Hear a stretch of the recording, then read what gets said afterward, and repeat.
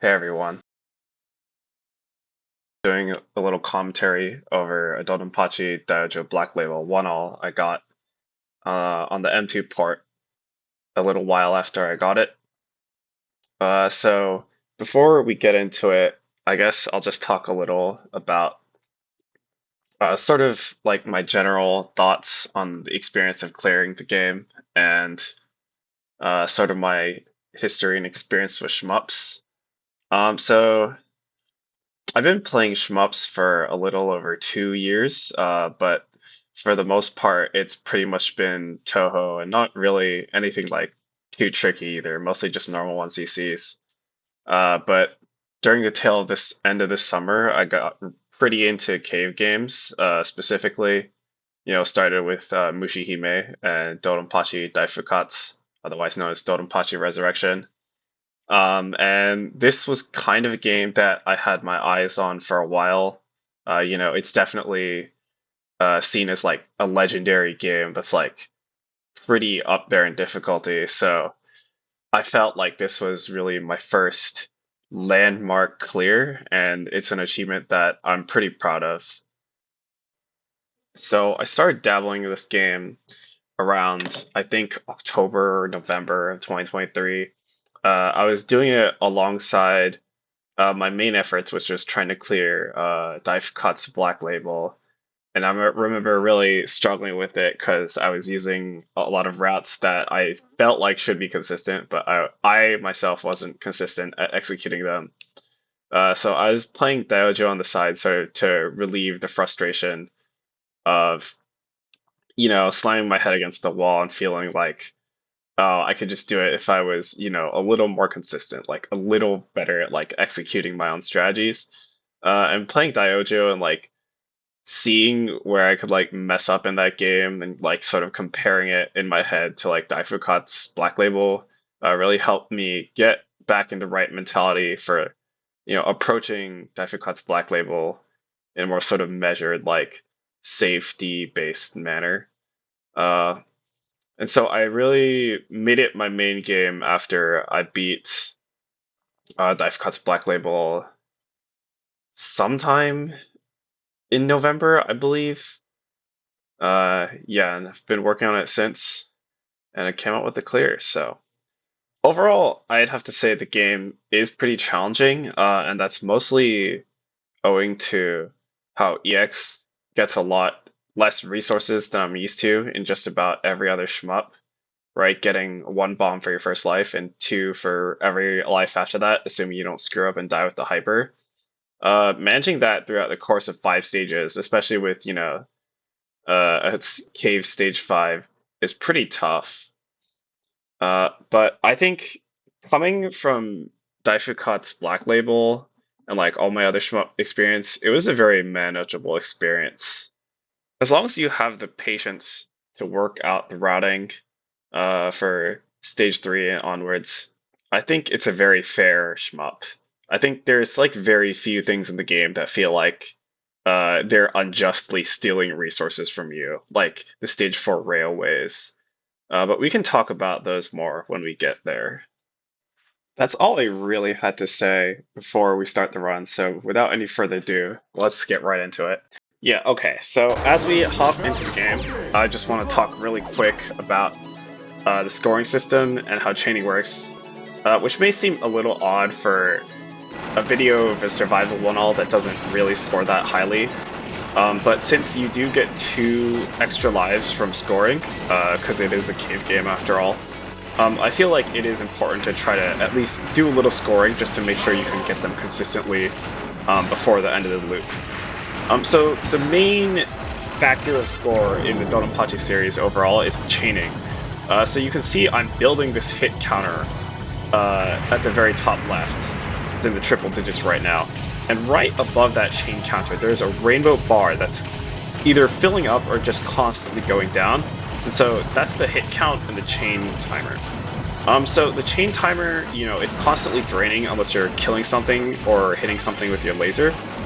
If you kill an enemy with the shot, the rapid fire shot, pew pew pew, that fills the chain timer up to the max. Well, if you kill something with your laser, it only fills up by about 50%. But while you're holding the laser onto a target, like with this big tank right here, the chain timer will not dip below 20%. So really, the basic strategy is all about using your shot to kill the small enemies, and then using your laser to kill the big enemies, and making sure you leave like enough enemies alive in order to bridge the chain into the next group of enemies. Otherwise, you might kill everything prematurely and the chain will break. You see right there, my laser shifted off the big ship a little too early before I killed it, and I wasn't able to continue the chain. But that's okay, because it's the end of the stage. Anyways, going into the first boss, right here, most of the patterns are pretty easy and pretty predictable, but the pattern after this one is rather tricky to deal with, and you're going to need to deal with it, because there's a scoring trick on this boss. So those two cannons on the right, you can see that the left side one is blinking, and that's because these cannons actually have separate hit or health bars from the boss. So if you kill the cannon normally, both cannons die, and you get one hyper, which is that little yellow shield right there. But if the boss is spinning the cannons, and you kill it during that attack, you get two hypers. And the reason the hypers are important is because there's a very important scoring trick that's easy for basically everyone to do. You can do it regardless of your skill level, and without any memorization. You want to stock all 5 possible hypers for the end of this stage. So while we're doing the stage, which is fairly easy overall, as long as you're not trying to chain it or anything, we can just talk about the hyper system. So the hyper system introduced in this game. So you get hyper meter, which is that pink bar you see also at the top left, but on the other side of that little panel. It fills up as you're killing enemies and hitting things with your laser, and hitting things with your laser aura, which is sort of that like flashing effect you see around the ship that actually does damage and generates hyper. And you can also generate hyper from picking up the bees like you see there, and you generate more hyper the higher your hit count is. And so as you're generating this hyper, once you're generated to 100%, those golden shields will fall from the top of the screen, and you can pick them up, and you can collect up to a total of 5. Once you activate your hyper, you'll get a little bit of invincibility, and you'll go screen clear. And importantly, the chaining gets more lenient, like the timer will drain slower, and you'll get more timer for holding a laser or for killing an enemy with the laser. As you can see right here, I killed it too fast, but yeah, so, and also importantly is that you're going to build a ton of hits in hyper. As you can see, I'm already at like 700, even though I haven't really killed that much, and that's because I've stocked 5 hypers. And so, yeah, you can see how high the hit count I built just by doing this one little trick and not really trying to chain the rest of the stage.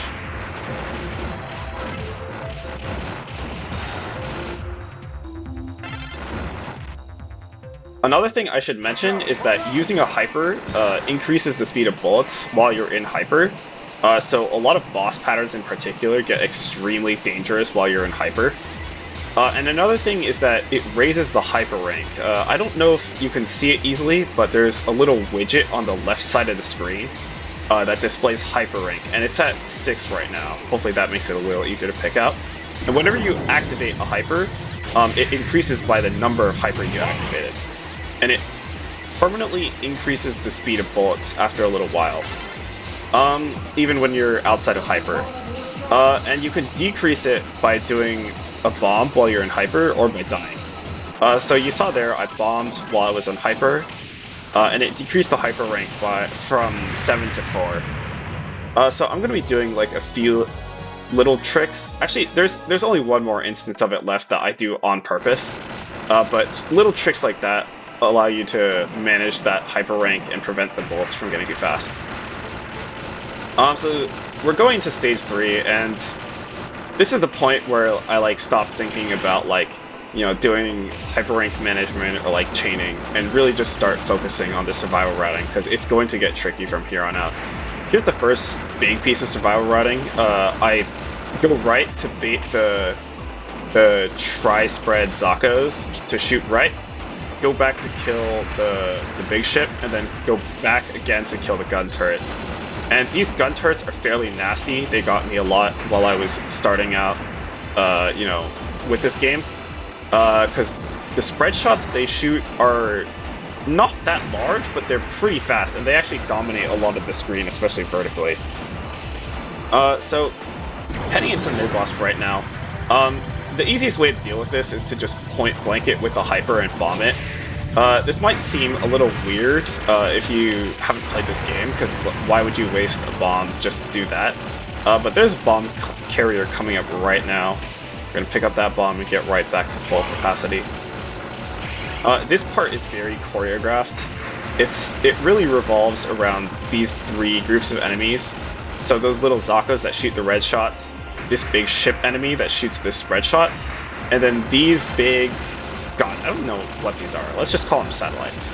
And these satellites give you a screen clear upon killing them. So, you know, timing your kill of the satellites, trying to kill the big ships quickly, and then baiting the little Zako enemies into shooting in places that won't be extremely inconvenient for you. Yeah, that's what routing this area is really all about. If you're really aggressive, you can actually point blank those ships that shoot the spread shots with your laser, and they'll die before they get a chance to fire. But I was a little too chicken to do it. So yeah, there's a little safe spot that you can abuse in order to get past that section. The way I do it is I line up the left side of my laser with the groove in the center of that big turret thing. Here I'm going to screw up the routing. Normally I try to do that by like baiting the left side to shoot to the right, and then like swerving to the left, but it didn't really pan out. So now I'm stuck here in hyper, and this is going to be really bad. I'm going to be forced to bomb because I know I can dodge these patterns while they're moving at normal speed, but I can't really dodge them at hyper speed. And that spinnies attack, that second attack, is particularly vicious. So I know I can't dodge that at high speed, so I have to bomb to get out of hyper and to reduce the speed. This attack is, you know, very predictable. You just follow the lanes. It's going to loop back to the first attack. Hopefully we're going to kill it before the spinnies finish. Yeah. But this really sucks because I had to spend the bomb just to nullify the spinnies attack, and now I have to dodge this attack, which is extremely infamous. The infamous cheese graters attack. Very nasty. You have to time your dodges through these waves of blue bullets very well, all while these little graters are falling and shooting needles at you. Very nasty combination of bullet types, but I managed to get through it. The trick with that pattern is to just, you know, weave left and right. Never like get stuck in a place where the needles can just like obliterate you for free.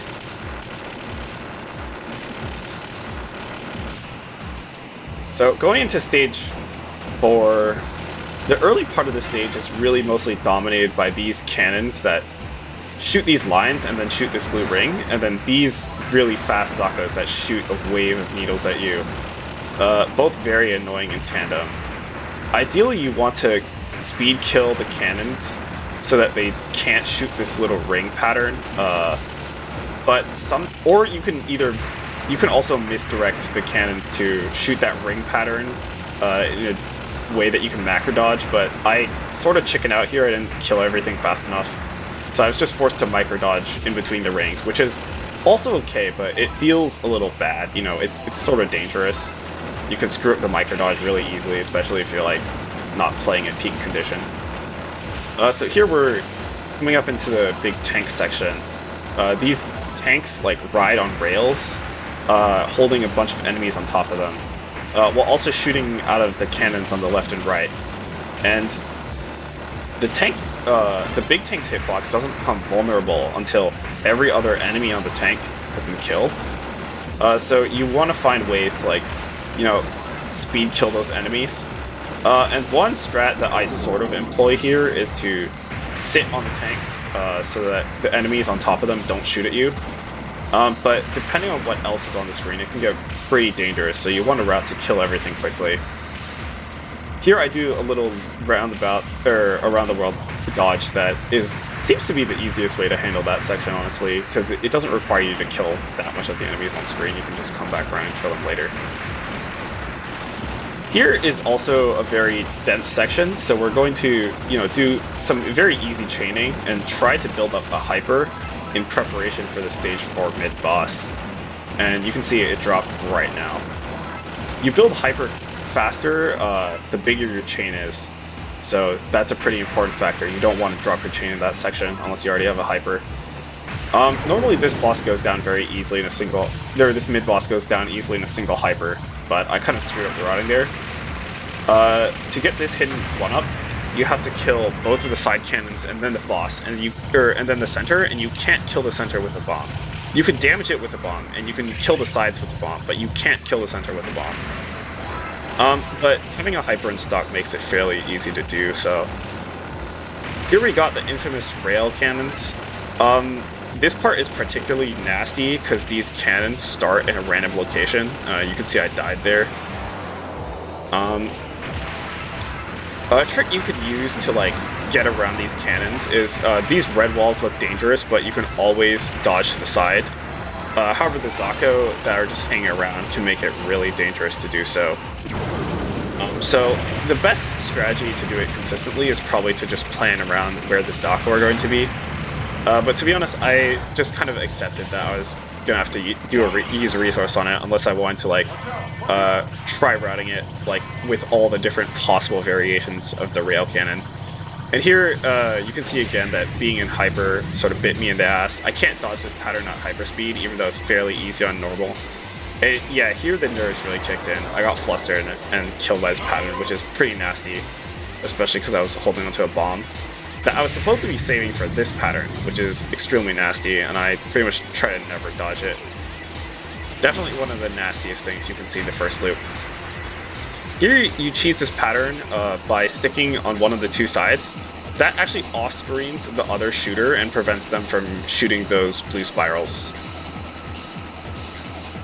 And then from here, if you have a bomb, you can just point-blank bomb and speed kill the last two phases without even really having to dodge anything. So at this point, I'm feeling like, okay, I choked pretty hard on that stage 4 boss. Ideally, I want to do it just with 2 bombs, but I died and ended up spending 4 bombs total, which is pretty nasty. But this is enough resources for me to win. So I'm thinking, this is okay. This is okay. It could be better, but it's okay. This opening section is also very lucrative. You'll see a lot of super plays that are going for high scores hyper at this point.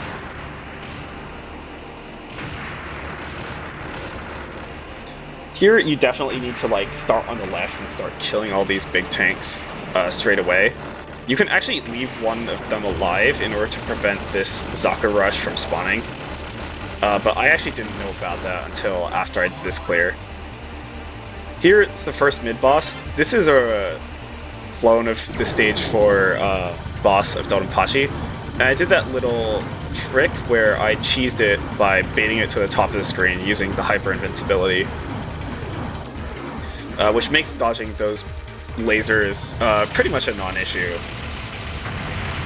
I don't really like dodging those lasers, so I use that cheese pretty much all the time.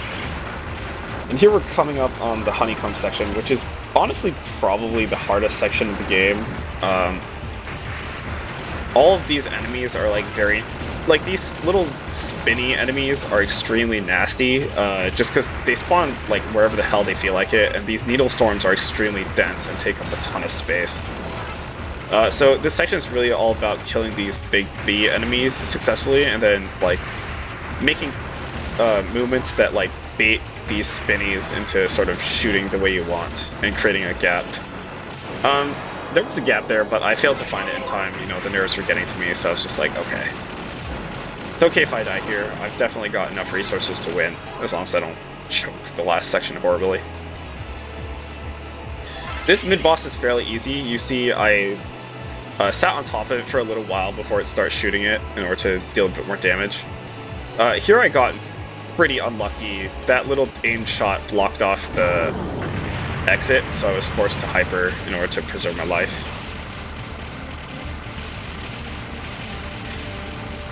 And then here, yeah, I was unable to bait it properly, so I had to bomb again. Which is fine. I still have enough resources to win, provided I do everything correctly. Which, you know, you can probably tell that I did enough correctly in order to win. Yeah, here, this is the stage 5 boss of Dodonpachi. The mid-boss we just fight was the stage 3 boss. And those little spheres can get really nasty if you don't deal with them on time, because it can start dropping those fire bombs while the spheres are still on screen. And you can see that, like, one ended up getting below the screen, which is pretty nasty. I've actually never had that happen before, so I'm lucky that I was able to reaction dodge it on time.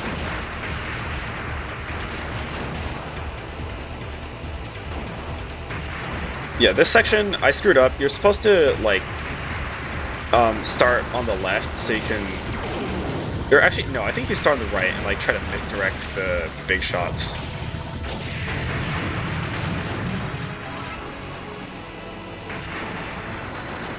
And once you see those big tanks, you'll know that you're about the halfway point of this final section, or you're at about the halfway point of this final section.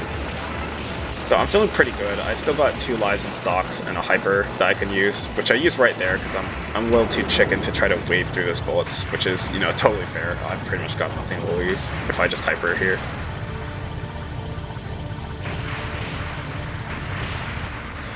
And here we're coming up on the next set of big tanks, which tells you that the level is almost done.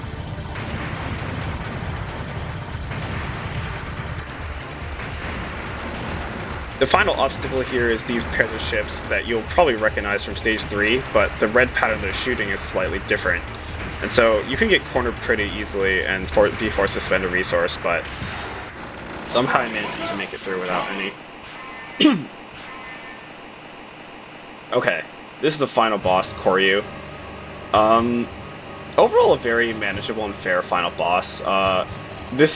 You have to watch out for the aimed needles, and then you sort of like jump in between the gaps left in those balls. Here the spinning pattern is a bit nasty if you're not used to it, and I kind of chickened out and cornered myself and was forced to bomb.